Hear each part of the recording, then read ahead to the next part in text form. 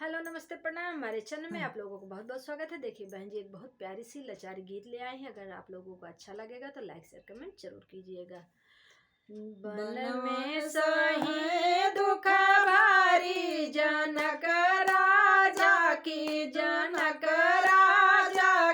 दुलारी। बन में सही दुख भारी जनक राजा की दुलारी। एक तो छूटा अवध नगरिया, एक तो छूटा अवध नगरिया।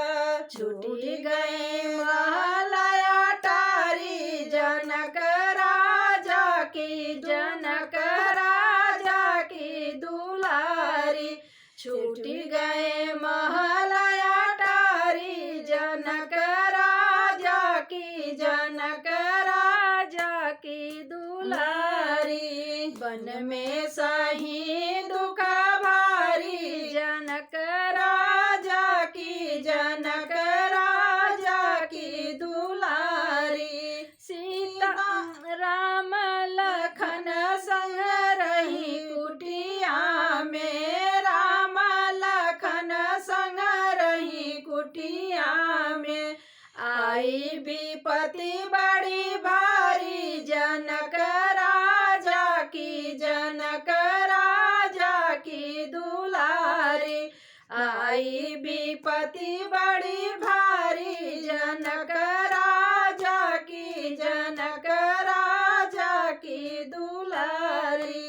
वन में सही दुख भारी जनक राजा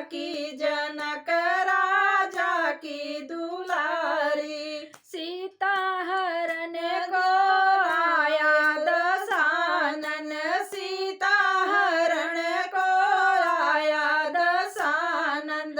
धैले भेष भिखारी जनक राजा की दुलारी। धई के भेष भिखारी जनक